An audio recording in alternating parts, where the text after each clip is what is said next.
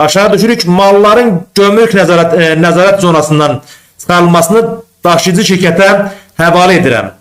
Yəni bir çox şəxslər dediyim kimi bəyan edirlər, ancaq son olaraq bu hissəni klikləmirlər. Bu hissəni mütləq klikləmək lazımdır ki, kargo şirkəti sizin mallarınızı tez götürsün və çatdırsın.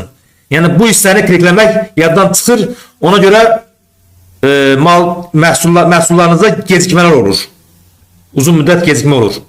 Ona görə bu hissəni deməli dediyim kimi bu yazılan yeri klikləyirsiniz və aşağıda təsdiq edirəm yazılan yerə toxunursunuz.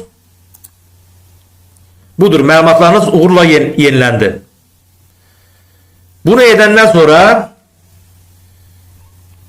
və buradan da izləyə bilərsiniz. Məsəl üçün, bu dəqiqə xarici ambardadır, məhsul xarici ambardadır. Deməli, elektron bəyannamə yazılıb.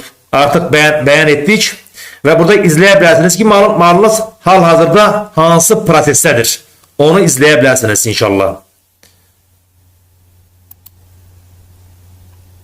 Deməli, Temudan sifariş edilən malların bəyan edilməsi elektron gömrük platformasına, yəni e-customs.gov.az-da bəyan edilməsi bu qədər. Ümid edirəm ki, video sizlər üçün faydalı oldu.